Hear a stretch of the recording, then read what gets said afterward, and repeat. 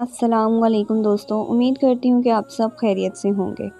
حضرت عبداللہ بن عمر بن خطاب رضی اللہ عنہ سے روایت ہے کہ میں نے رسول پاک صلی اللہ علیہ وسلم کو ارشاد فرماتے ہوا سنا ہے، سابقہ امتوں میں 3 آدمی تھے، وہ ایک دن کہیں چلے جا رہے تھے کہ دوران سفر ان کو ایک غار میں رات گزارنی پڑی، چنانچہ وہ تینوں ایک غار کے اندر داخل ہوئے۔ تھوڑی ہی دیر کے بعد پہاڑ سے ایک بڑا پتھر سرکا اور اس نے آ کر غار کا منہ بند کر دیا۔ سب کہنے لگے، اس پتھر سے نجات اور خلاصی کی یہی صورت ہے کہ ہر آدمی اپنے نیک اعمال کا اللہ تعالیٰ کے سامنے وسیلہ پیش کر کے دعا کرے۔ چنانچہ ان میں سے ایک آدمی نے یوں دعا شروع کی کہ اے اللہ، میرے بوڑھے ماں باپ تھے، میں ان سے پہلے اپنے بچوں کو دودھ نہیں پلاتا تھا۔ ایک دن میں درختوں کی تلاش میں دور نکل گیا۔ جب شام کو واپس آیا، وہ دونوں سو چکے تھے۔ میں نے ان کے لیے رات کا دودھ دھویا۔ جب ان کی خدمت میں لے کر حاضر ہوا تو وہ سو گئے تھے۔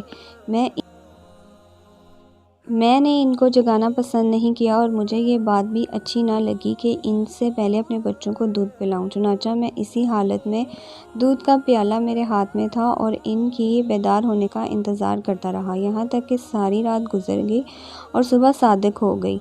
بچے میرے قدموں میں بلبلاتے رہے، پھر وہ بیدار ہوئے تو انہوں نے دودھ نوش کیا۔ اے اللہ، اگر میں نے یہ کام تیری رضا جوئی کے لیے کیا تھا تو اس پتھر کی وجہ سے جس پریشانی میں ہم مبتلا ہیں اس کو دور کر دے۔ چنانچہ وہ پتھر تھوڑا سا ہٹ گیا، ابھی اس سے نکلنا مشکل تھا۔ پھر دوسرے آدمی نے یوں دعا کی کہ اے میرے اللہ، میری ایک چچا زاد بہن تھی، وہ مجھے بہت پسند تھی۔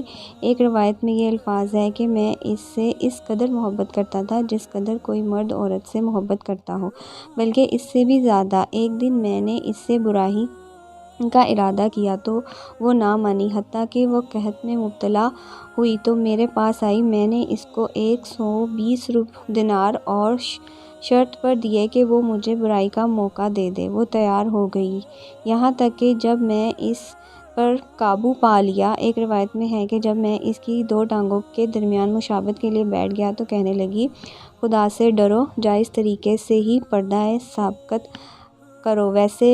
میں ویسے ہی اس سے دور ہو گیا، حالانکہ وہ مجھے بہت زیادہ محبوب تھی، اور جو سونا میں نے اس کو دیا تھا واپس نہیں لیا۔